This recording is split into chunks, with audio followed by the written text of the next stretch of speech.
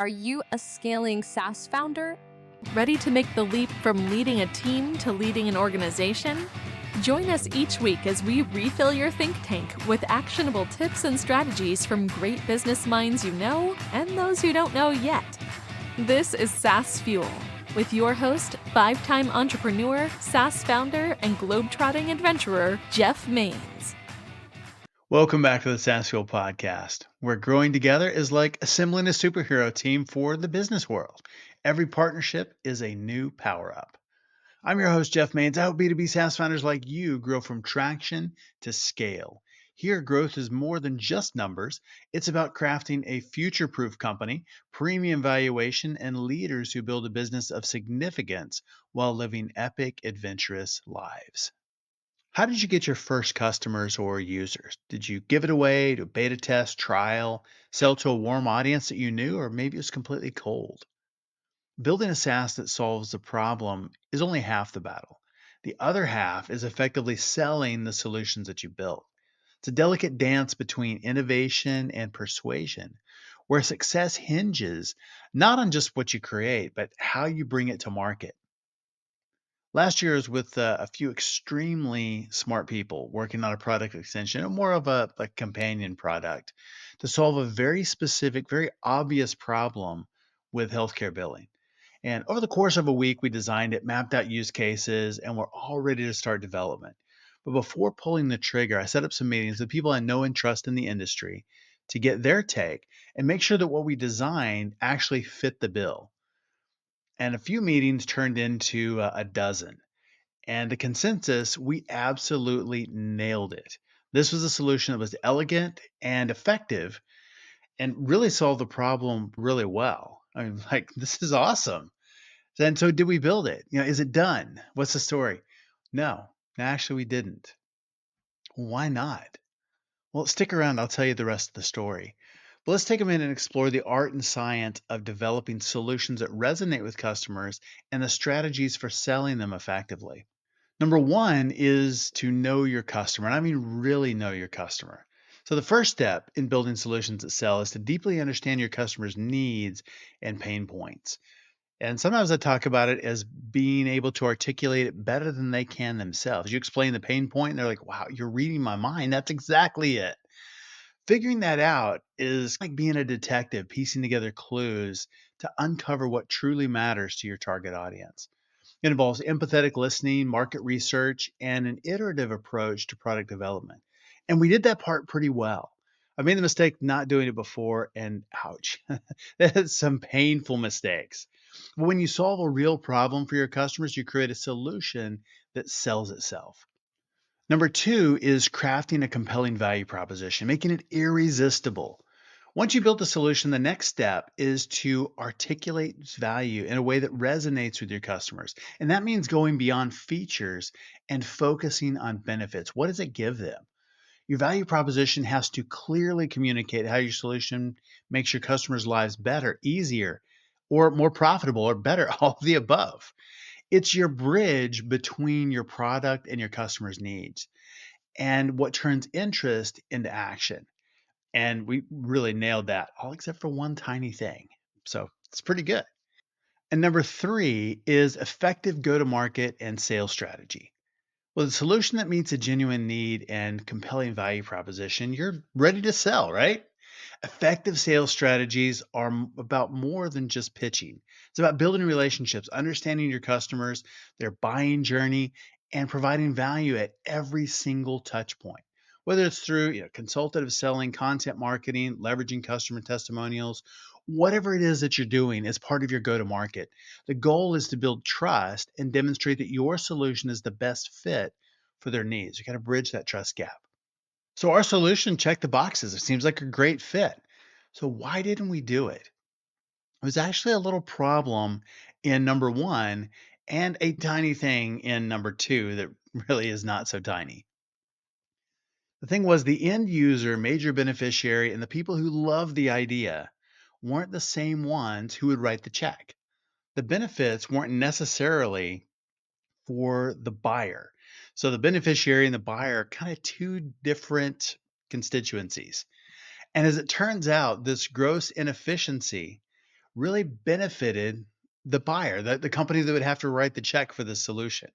And benefited, so this is the problem number two, benefited them like millions of dollars a year. So if we're trying to say this is going to make you more profitable, no, it's actually going to take millions of dollars out of your pocket. And the reason the problem hasn't been solved is because there is a strong disincentive to solve it. Hey, why don't you pay and buy this solution and give up millions in revenue? No thanks. So the project was tabled, at least for now. But this was a case where the problem was absolutely clear, the solution was great, and the initial feedback was overwhelmingly positive. They're all go signals.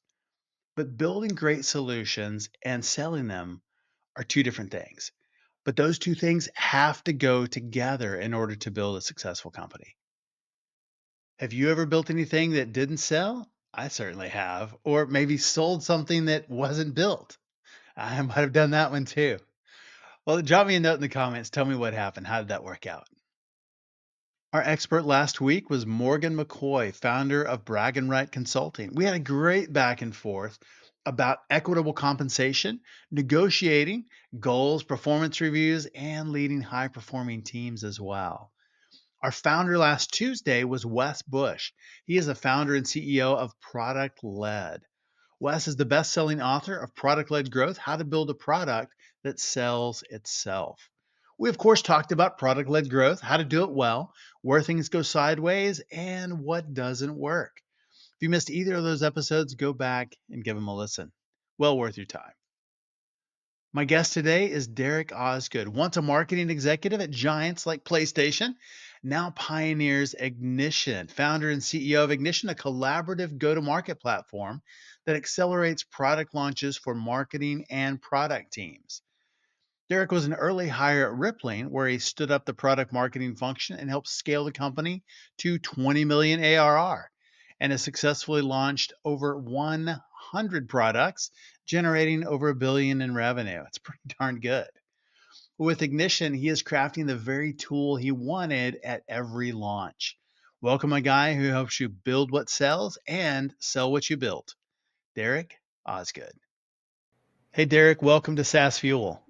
Hey, Jeff. Yeah, thanks for having me. Excited to dig in here. Love to hear a little bit about your background. I mean, marketing, your time at Rippling, and now a founder. Yeah, for sure. I mean, my background basically, I've run, both marketing and product teams throughout the valley. Early on in my career, I was actually a PM at PlayStation, launching big AAA games, which was really fun. Nice. It was a blast. Gave me like tons of cool exposure to what really good kind of go-to-market processes looked like at, pretty high-end launch factory. And then, basically ever since I've been, in and around venture-backed startups. So I did, a lot of early stage stuff across a range of different industries, leading marketing teams from, payments to field service management to mobile apps, and then ended up joining BBVA, which is a big Spanish bank, in the innovation arm, leading marketing growth for a lot of the companies that we had either incubated in-house or acquired or invested in. And then, basically after that, ended up joining Rippling, joined them at seed stage, helped them scale up from there through Series B, stood up the product marketing function there. I was also the only person with like product in my title for most of the time I was there. So I was doing a lot of product work as well. And then ended up leaving, there in 2020 to go start the platform that I wish that I had along the way with Ignition, which, is basically a platform for helping to manage the build and launch process around, new product initiatives. Productizing a lot of the experience that I've had building out this go-to-market motion at both small and large companies, as a product marketer. And that's really good. I love the alignment between them. What have you seen that is been the breakdown that your product really solves between product, marketing, and sales when you're launching something new? I mean, there's so many breakdowns. It's funny. I was talking to a CMO today, and he basically was just like, "There's so many breakpoints at every single point of this process." Fundamentally, it all boils down to a combination of lack of repeatable process, poor siloing of data, and then poor communication across these teams. And so basically, like the handoff, the primary breakdown point tends to be the handoff from product to the marketing team, and like saying, hey, this thing that we built is actually ready to launch, and then passing all the context that, those downstream customer teams need in order to be able to effectively sell the thing. And then going the other direction, that kind of crevasse in the middle exists when it comes to getting feedback back from the market into product's hands and making sure that they're building things that are going to actually sell. We bill our whole product as like a platform for helping people, build what sells and sell what they built, because most of this is crossing that divide between, the teams that are building the thing and the teams that are actually responsible for getting it into customers' hands. That breaks down because companies just don't have a process for this. They don't have any kind of repeatable motion for launching things. There's a lot of moving parts when it comes to bringing something to market, from your strategic planning and documentation around messaging and positioning, to creating the actual collateral that's going to be used to promote it, to getting all of that passed across all the different teams that need different subsets of information within that broader go-to-market plan. And, it's just really hard to get that information from the people who are like at the nucleus of that process and responsible for planning into the hands of the people who are then going to be talking to customers about it on a day in, day out basis. And, the product marketer or whoever is actually responsible for driving the launch, they end up having to pull all these different threads together, jump between a bunch of different tools to get information collated into a cohesive go-to-market strategy. And then they end up basically blasting a ton of individualized emails to all the different teams involved in the process, like sales, the exec teams, the different marketing functions within the company. And it's so that they can inform those teams on, okay, how are we messaging, positioning this product? Who's it for? How are we actually rolling it out and bringing it to market? And then making sure that those teams are actually aware of what they need to do in that process and actually getting it done. So there's a combination of like strategic information and enablement and the actual program management of making sure that all the things are actually moving together in sync on time. Yeah. I've been really surprised. I mean, over the last 4 or 5 years, how many companies and even big companies, you talk to product, you talk to sales, you talk to marketing, and you ask them a simple question like, who's the ICP? And you get 3 different answers. Or Totally. you get, what problem does this solve? And you get 10 different answers. It's one of the funniest things. Like I go into every company that I've joined, I go in and oftentimes you'll go talk to the CEO and you're like, hey, CEO, okay, does everybody actually know how we're positioning this product? And they're like, yeah, everybody Of totally course they knows do. that. Yeah, of course. Everybody knows exactly who we're building for. They know exactly the problem that we're solving. And then, Yep. and so their perception when you come in as a product marketer is, oh no, we don't need to do a positioning exercise. We don't need to like think about messaging right now. Everybody gets that. And then you go talk to all those teams and you're just like, hey, regurgitate to me. What are we building? Who are we building it for? How do we position it? Why are we different from the other players in the space? And you get a different answer from every single person that you talk to. And It's incredibly hard to align these teams effectively around this because there is no real source of truth for your product strategy and your product information. Yeah, I think that the bigger the company gets, the more that kind of gets watered down. And CEOs, it's really difficult, and founders, because we think that everybody on the founding team knew, and it's been communicated. So where did it get lost? I mean, it's like, I told you once, and why don't you get it? Yeah. When you're in your little echo chamber too, the CEO is Right. in many companies, like, they're not really talking to every single person on the team. They should be, but oftentimes they're so busy dealing with the exec team that they, those people are much closer to it. So they may be pretty in sync, but then as you get layers and layers down within the organization, it just gets watered down more and more. And so nobody ends up speaking the same language. Yeah. Especially once you get that second layer. I mean, maybe as a founder, you have the first layer of leadership, but once you get that second layer and they have reports underneath them, then it gets much, much more. I mean, I have to say infinitely more difficult to just keep that messaging. It has to be very intentional. So how do you solve that? That's a complex problem. How does Ignition solve that?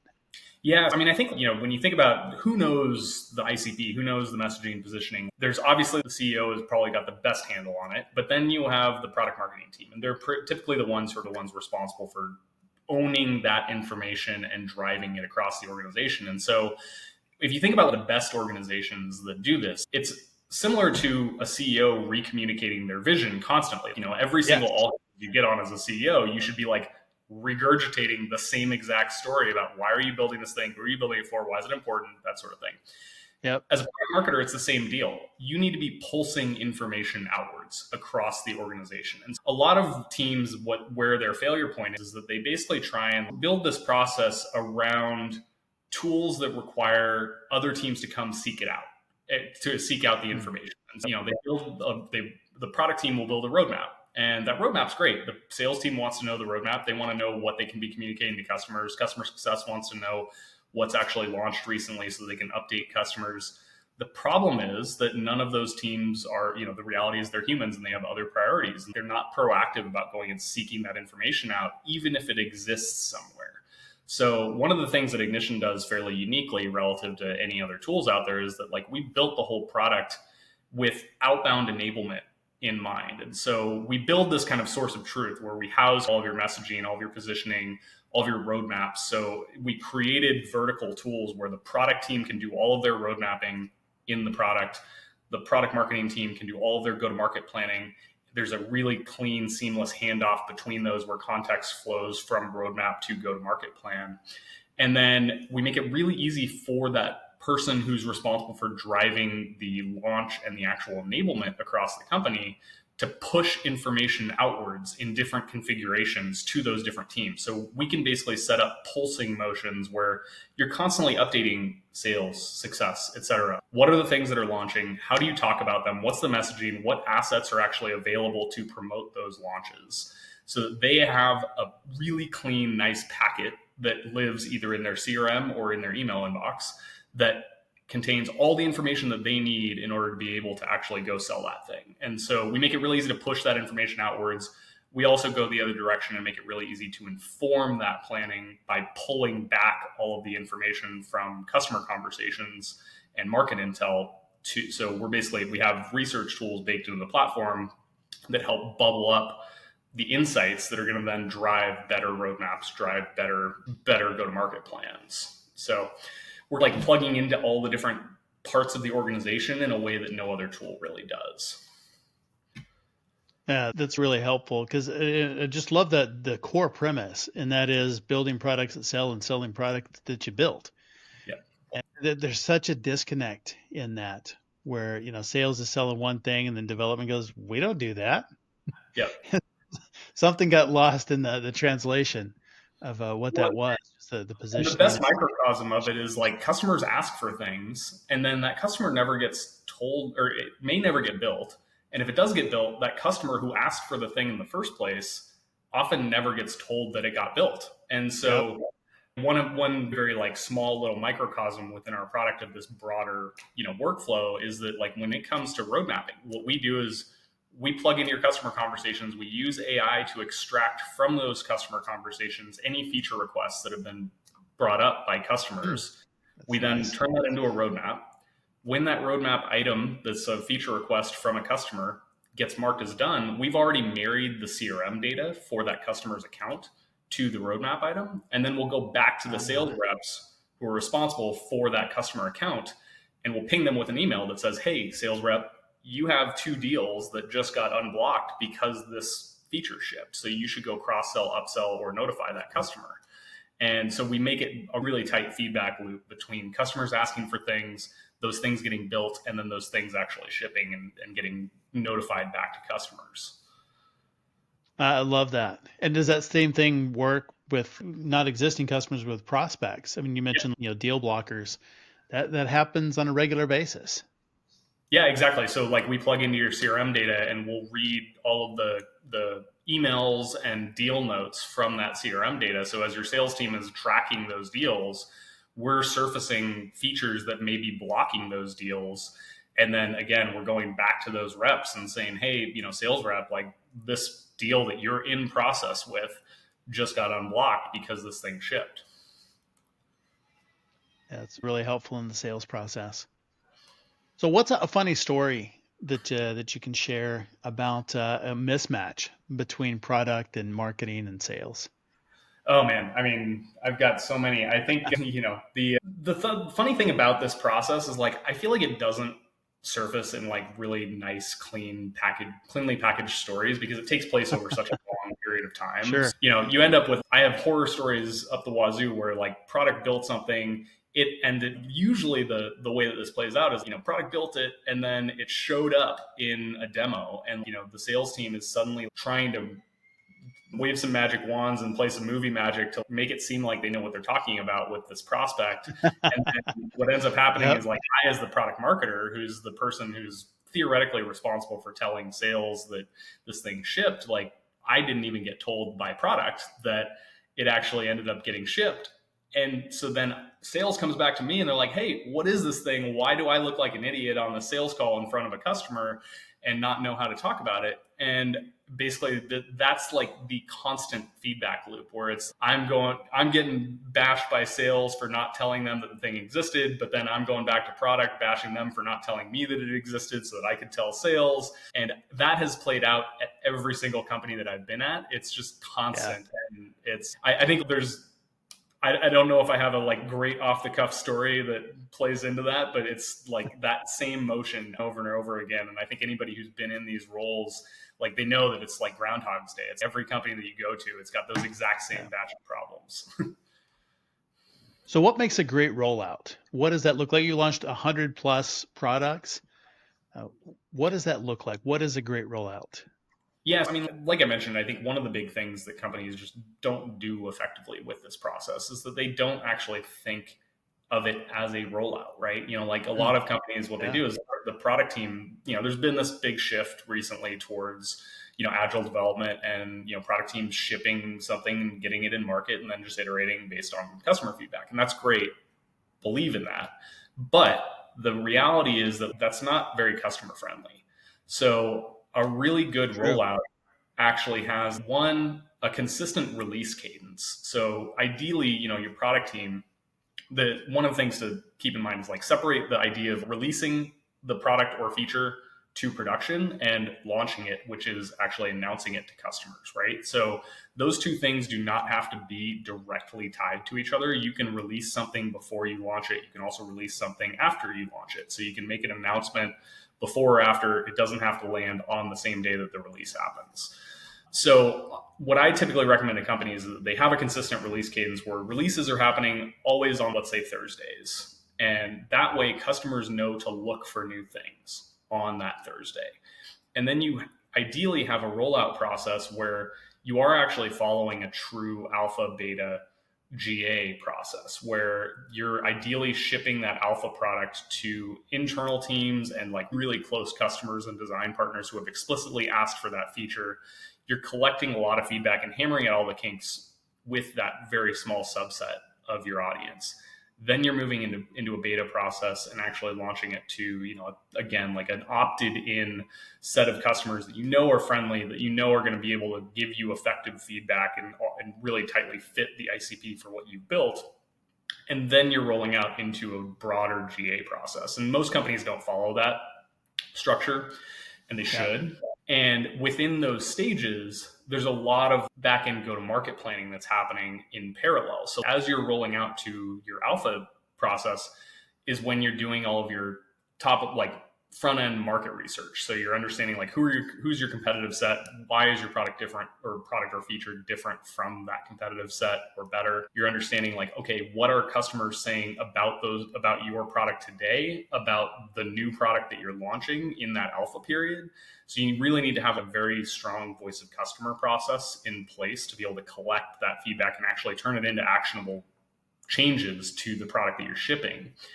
And then as you start moving into beta is when you're really starting to firm up the ICP, the messaging, the positioning, getting all that kind of core strategic information in place.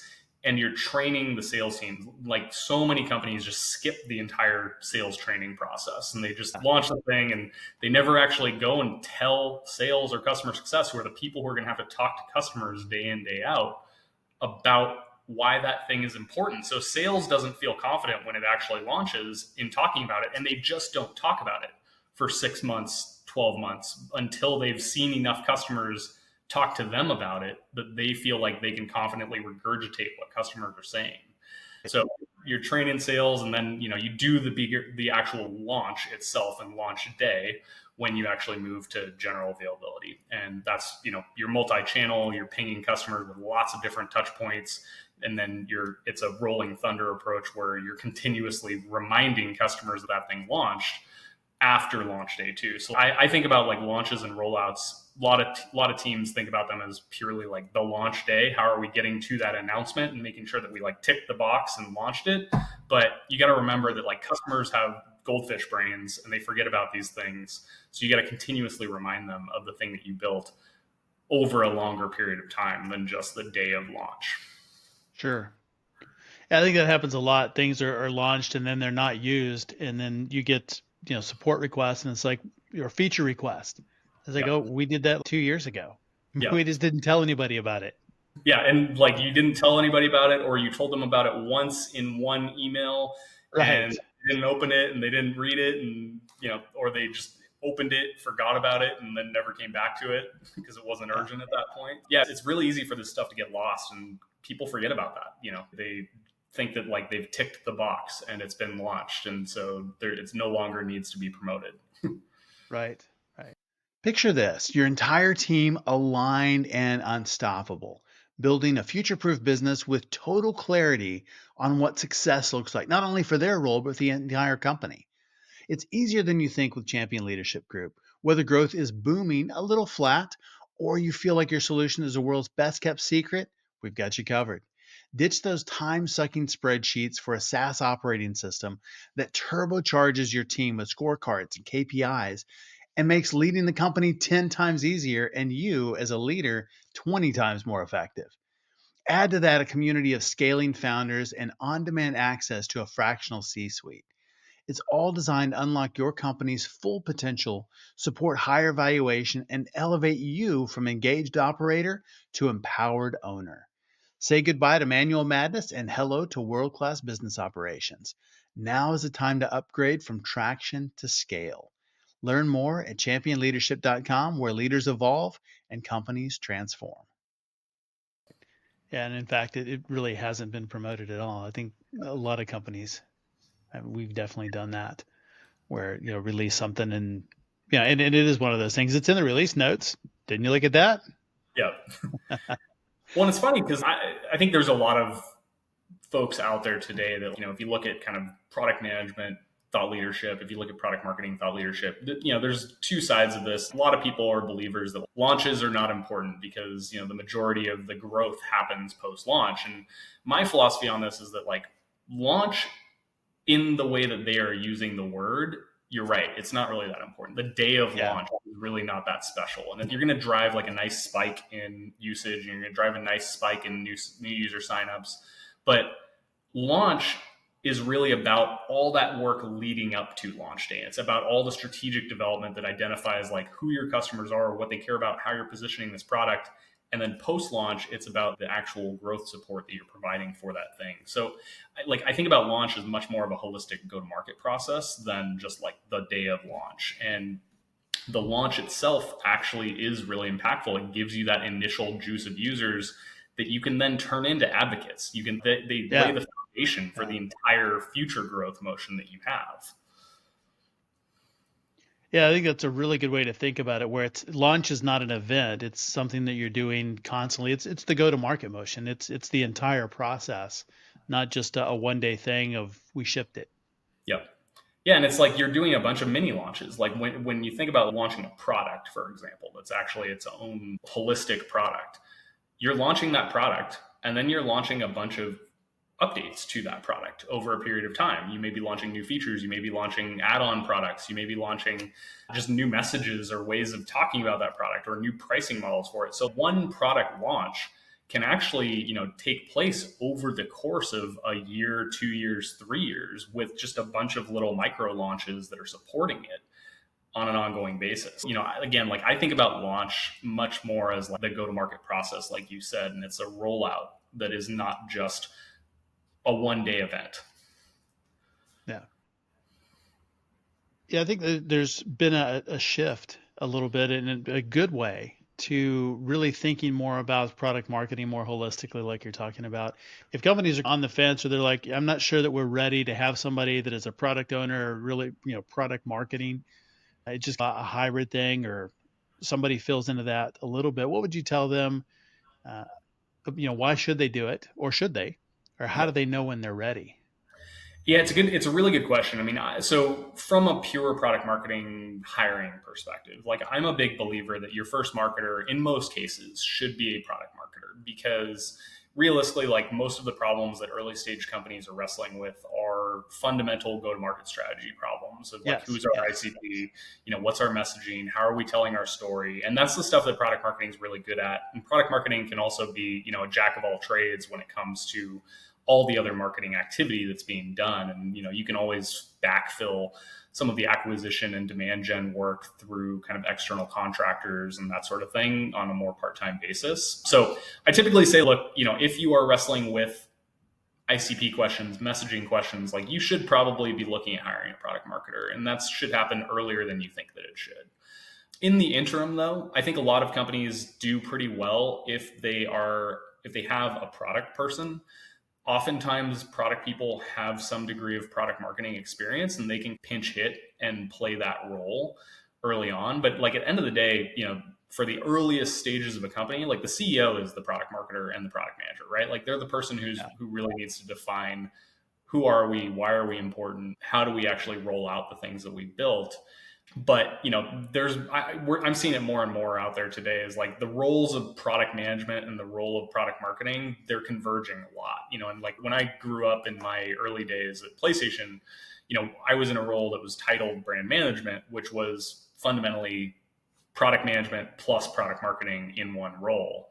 And I think you're seeing, I mean, like Airbnb just made this shift to basically, turn product managers into, they've titled them product marketers, and they're now responsible for this whole process holistically from building to launching the things that they built. And I think you're seeing a lot more companies, especially with all the layoffs that are happening, moving to a motion that requires these two teams to be much closer together, if not even being like the same exact role. Yeah. So how do you position a product in today's crowded market? What is it that makes it stand out? How do you really make a splash, at launch and beyond?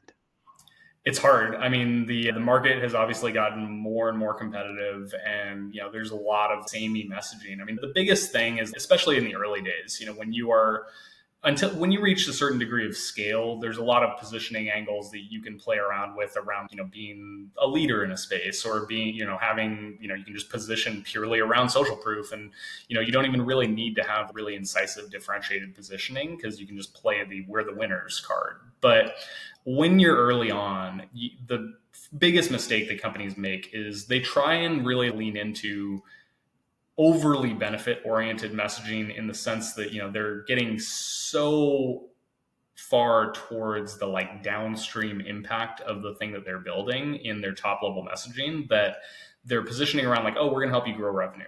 But like every product claims to help you grow revenue. It's not Exactly. differentiated whatsoever. So you actually need to provide the best framework that I use for this. You need to provide some differentiated value claim. So you need to actually say, okay, like what is the one thing that makes us truly different from, whatever our segment is? And so you need to identify what's the status quo that's being used today. What are the alternatives to your product that customers might be evaluating?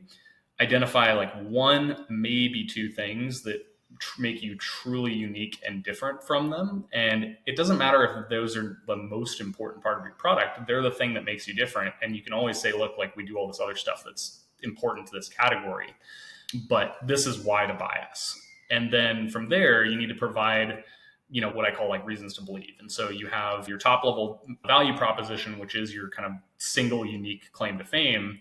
And then you need to provide a lot of like really tangible, concrete reasons to believe that value prop. And that those reasons to believe could be characteristics of the founding team. It could be like you're a founder that has worked in this industry for 35 years and you have deep domain expertise. It could be the fact that your product uses some unique technology that like enables what you're able to do. It could be a specific feature and a specific workflow in your product that unlocks that value. And so the big thing is make a clear value claim that's unique and differentiated, and then support that with really tangible, concrete reasons to believe why that value prop is true. Yeah. When you're launching Ignition, was it easier or was it harder that, for it being your own product and doing these same things out to the market because you had all the internal knowledge and, you're taking and doing a launch yourself? Honestly, I joke all the time. I feel like we break all of the rules that I just told you when it comes to ignitions. Like we're a unique case in the sense that we're building a pretty compound product. Like we have multiple different categories of tools that are all mashed together into one big platform that creates this end-to-end workflow. There's a lot of complexity to it that covers everything from researching your market to building your product to launching it. And essentially that throws out the window all of the core positioning best practices where you want to identify a really narrow ICP that's one specific role within one specific industry segment and speak directly to them with one very clear specific feature that's going to be like the 10x thing that is unique and different about you. And that's not really doable with our space because our product spans the entire company's worth of teams. We work with the product team, the product marketing team, the product or the sales team, the marketing team. And so we actually have to speak to multiple different personas. And the way that we've done that is by verticalizing a lot of our messaging. And so, we've created landing pages, we've created specific kind of front doors for each of those teams that can be much more narrowly defined. And we've created positioning statements for each of those specific teams and use cases that then basically roll up to a much more kind of genericized overall story about our platform, which is, we help align product marketing and sales teams. And so we break all those rules. We use this platform level messaging that spans multiple different personas. We have, we are speaking at a very high level when we talk about the product in aggregate, and then we get down into much more granular messaging for each individual use case. And that makes sense because it is very broad. I mean, you're replacing multiple point solutions with one thing that's completely integrated. And so it does touch multiple departments. Does that make sales difficult? Because you're probably who you're selling to, your buyer's not necessarily the end user in every case because you've got multiple departments using it. Have you found that difficult or easy? It definitely makes it hard. I mean, I joke all the time, we're playing SaaS on hard mode. We are spanning multiple personas, we're building multiple products, blah, blah, blah. But yeah, I mean, we deal with product marketing. I mean, product marketing tends to be, our kind of primary champion within companies. And product marketing teams oftentimes don't own their own budget. They're like an orphan child sitting under marketing or product, or they might be off on their own. And, they oftentimes don't actually have the end economic buyer buying power to be able to sign off on something. They have to go use a lot of their social credit or social influence within the company to get product into the conversation, to get marketing into the conversation. So we actually end up having to sell this kind of a multi-persona, multi-threaded deal process where, we're pulling in multiple teams into the conversation, which is much harder. And it's definitely not easy. And I would tell any company out there not to go down that route. The only reason I have felt somewhat comfortable doing it is it's very similar to our process at Rippling. We were following a lot of similar types of product structure and go-to-market motion. And, I've got a bit of experience doing it, but it makes it way harder. It's not easy. And, no matter how many times I can tell a team that we initially engage with, hey, you don't need to go get this other team involved in order to be able to use this product and get value out of it. The perception is that they still do because this is such a cross-functional process. And, even if I tell them, hey, buy us by yourself, they will oftentimes still feel the need to go and bring in another team into the conversation.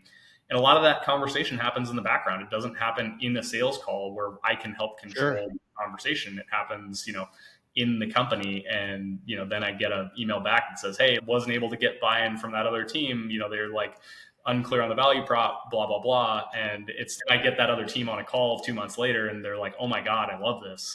And it's because they weren't actually getting the pitch from us, Right. Yeah. It's almost like that they really need this in there so they can sell your product to the rest of the teams. So Yeah. that message is communicated throughout the organization. That's funny. Yeah. It makes the sales process hard though. Like I definitely, it's challenging. And, like I said, like I break all of my own rules when it comes to our product. I would not necessarily recommend that as the go-to-market motion for most companies. So what's been the greatest challenge as a startup founder in building Ignition?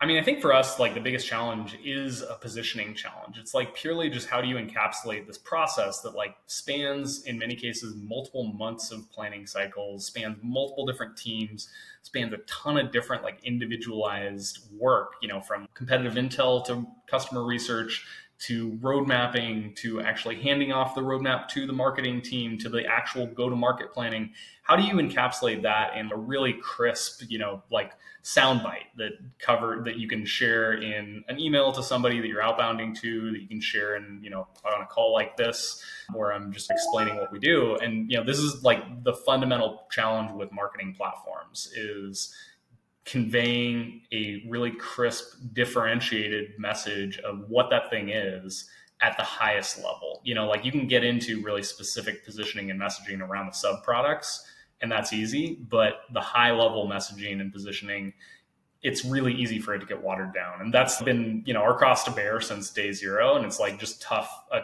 tough characteristic of our space. So I think that's been the hardest part. The other hard part's just been navigating, the selling motion, when, like I mentioned, a lot of times our champion is part of the reason that we pick product marketing is because there's no tools built for them.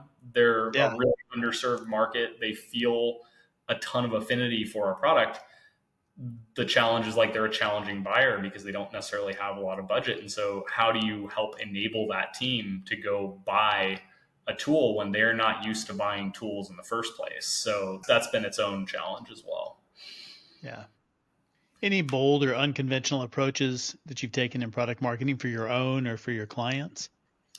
I think fun story actually from like my earlier startup days, talking about the whole reasons to believe concept when it comes to positioning. I was working for a mobile keyboard app developer called Flexi, and basically, the mobile keyboard app space, it's all based on like how good is your autocorrect? How fast do you help people to type, right?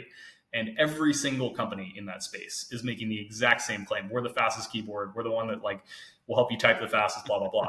Really hard to actually prove that, right? Until somebody gets into it and uses it. So one of the things that we did that was very unique is we actually went and found a user of ours who happened to just type really fast. And he was this kid in Brazil. And we basically flew him up to New York and we said, hey, we're going to break a Guinness World Record. And so we went out to Guinness World Records and we proposed the fastest typing Guinness World Record, and we had him break it, and we turned it into a whole campaign. We built out like a bunch of videos. We turned it into a press campaign, and we broke this Guinness World Record, and then we plastered that award all over all of the marketing materials that we created, and it worked like a charm because it helped give some kind of third-party credibility to the claim that we were making that we're the fastest keyboard, but we actually had a tangible thing to back that up and reinforce that we were the fastest keyboard, and nobody else could compete with that. And so that is like probably one of the more unique things that we've done from a product marketing perspective in my past. I love that. Yeah, really, really demonstrating what everybody else is claiming. It's world's best coffee. Yeah, exactly. I walked by 10 coffee shops that said that, but you actually got the Guinness World Record to prove it now. Yeah, if you walk by 10 coffee shops and they all say world's best coffee, but then one of them's got a Michelin star, you're like, okay, that one's probably the one that's the world's best coffee. Yeah. Well, what's the most valuable lesson you've learned about leadership during your journey with Ignition, and how has that shaped the way that you lead your team? I mean, I think like one of the biggest ones that I've learned, and this is like through both Ignition, but then previous to that too, is I'm a big believer in the idea of, don't hire smart people to tell them what to do. Hire smart people to have them tell you what to do. And so, every time that we have brought somebody onto the team, I make a really concerted effort to try and extract their insight into what we're doing well, what we're not doing well. And I actively seek out negative feedback. And I think it's like really hard for a lot of people to do that, especially founders, because, you're product in your company, it's your baby. And, it's like really hard to hear, oh, like this thing's super broken. Oh, you've done a really bad job on this part of the product, like that sort of thing. And it's tough to hear that, but it's the thing that makes the best companies. If you are able to actually surface those insights and make sure that everybody across the team feels comfortable sharing that kind of feedback and feels empowered to actually take action to solve for those things on their own without needing your implicit approval or explicit approval, then your company just operates so much faster. Your team feels way more engaged, and you come out with better thinking because, as founders, we don't have all the answers. And I think it's really easy to forget that. Without a doubt. Well, where can people learn more about you and about Ignition online? Yeah, Ignition's at haveignition.com is our website. And if you want to get in touch with me, my email is derek@haveignition.com. And I'm also on LinkedIn. I think my handle there is Derek Osgood 3. So love to hear from you. Very good. We'll make sure to link all of that in the show notes. Derek, great topics today. So much good insight about launching. And one last question. I have to put this in there. How did your experience at PlayStation affect launches going forward? Because that's, launches there are got to be like nowhere else. Yeah, it's so fun. I mean, like, it's incredible, right? Like, PlayStation, I think, is probably, short of maybe Apple. I think they are one of the very best companies on the planet when it comes to launching stuff, because, like, the sales process for video games is so unique because you really only have a 30-day window to sell most of the product. Like, everything, sales drop off a cliff after 30, 60, 90 days. And so the launch is everything. It's like, how much can you build up hype in advance of the launch? And so one of the things I learned there was like the importance of actually pre-launch promotion and not just like waiting until the thing is actually live in order to ship it.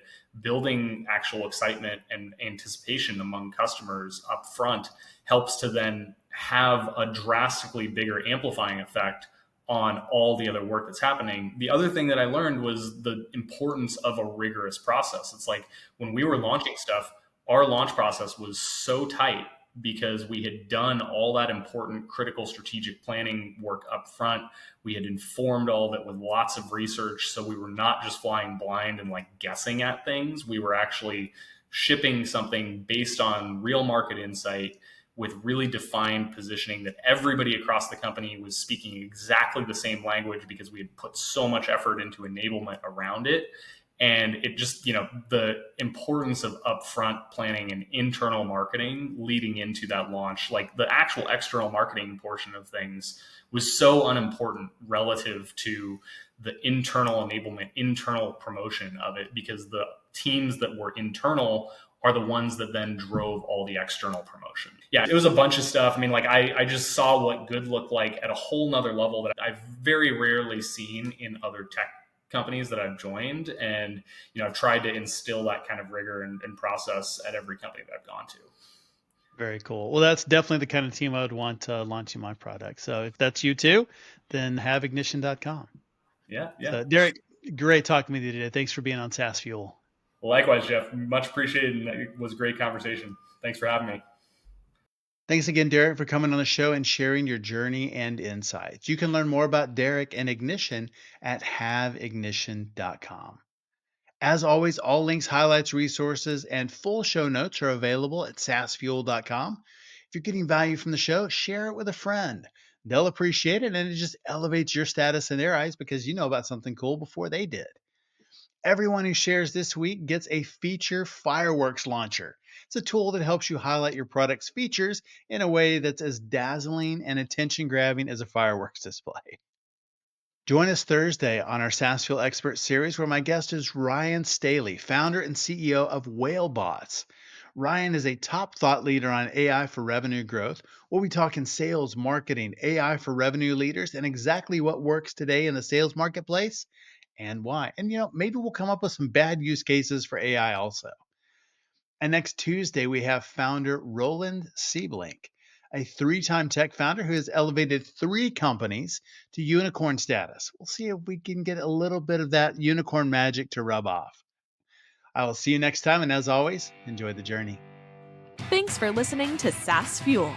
Full show notes for each episode, which includes a summary, key takeaways, quotes, and any resources mentioned, are available at saasfuel.com.